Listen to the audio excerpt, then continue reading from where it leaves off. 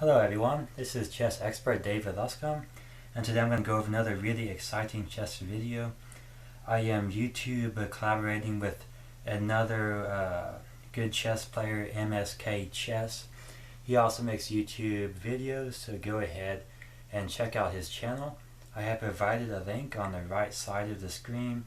You can click on that and go check out MSK's channel. He has some really good videos there, including some endgame studies. Alright, so this is also an endgame study that I'm going to show you today.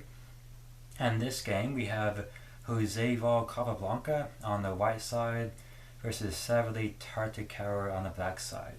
This game was played in 1924 and it's a very famous game. This is actually part 2 of this game. I have included a link to part 1 also on the right side of the screen. You can click on that, and you can also click on the subscribe button to subscribe to my channel and check out all my other videos.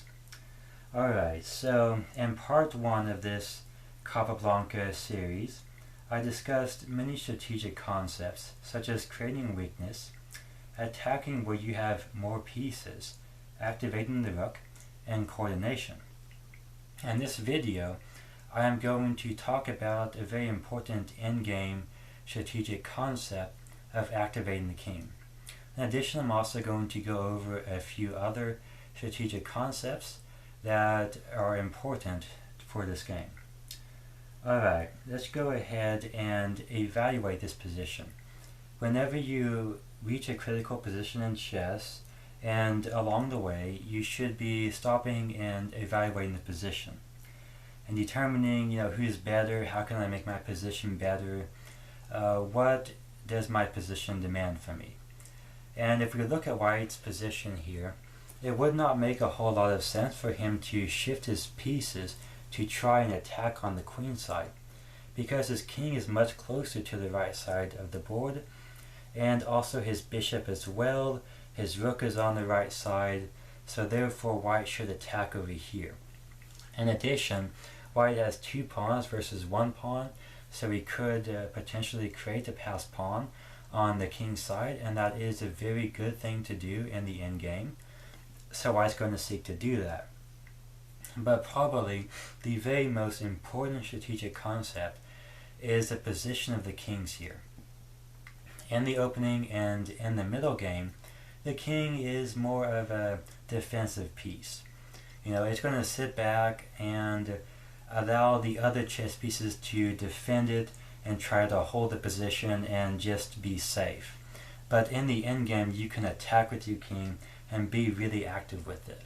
So that's important to know. If we look at this position here, White has successfully gotten a rook to the 7th rank, which is very important. It is able to attack a lot of pawns. In addition to that, in relation to the position of the king, it is preventing Black's king from being active. This king cannot really defend pawns on the back rank. It can't attack either. I guess you might argue that it could run over here to the queen side to try and defend the c-pawn, but that would cost several moves. And even then, the king can't really do a whole lot. So it's very limited. But if we look at White's king is on the 2nd rank, and it is not hindered from moving up the board. The king can move up the board this way and reach a very active position. It would be able to attack the g-pawn from g5. So White's king is going to be very active here. So therefore it'll be as if he has 3 pieces attacking, whereas Black only has 2. So as we're going to see here, White activates his king in such a way that it makes it look like Black is actually playing down a piece. So activating the king is often more important than material in the endgame in relation to pawns. Obviously, this rook is more important than activating the king, but if White loses a couple pawns when he's activating the king, it's not that big of a deal because it's that important. It's as if the White is playing with an extra piece. So let's go ahead and take a look at this. We see g4, knight c4. And this is another really important strategic concept. You want to bring all your pieces into the game. As white is going to bring his king into the game, black is trying to reactivate his knight as well. g5, check, king f3, knight f5, another important idea, placing the knight on a very good outpost and protecting the g6 pawn indirectly by interfering with the knight. So this means that the rook doesn't have to defend g6 and is now ready to capture on c3. But white doesn't waste time, goes ahead and snaps that knight off the board and then seeks to activate his king. King g3. Rook takes c3, king out to h4, and as we're going to see, the king is going to be running up the board here. Rook f3, g6. So black has now been able to capture 2 pawns and is currently threatening a 3rd pawn. But even though that's the case, white's activation of his king and his far advanced passed pawn are more important. Rook f4 check, king g5, then we see rook e4, king f6, threatening checkmate in one move.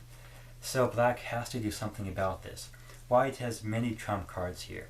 He has an active rook on the 7th rank, a far advanced passed pawn, a very active king position, is threatening checkmate in one move. So that's very important. Black plays king out to g8, rook g7, and then the king moves into the corner. At this point, rook e8, stopping checkmate. King takes f5, materials equal. Rook tries to reactivate again. Now we have another threat of checkmate. So we see check, king e5, rook g4, g7 check, and then capturing on d5. So I'm not going to finish out the rest of the game though, because it's apparent that white is completely winning here. He has 2 passed pawns. The a7 pawn is about to fall. White's doing very good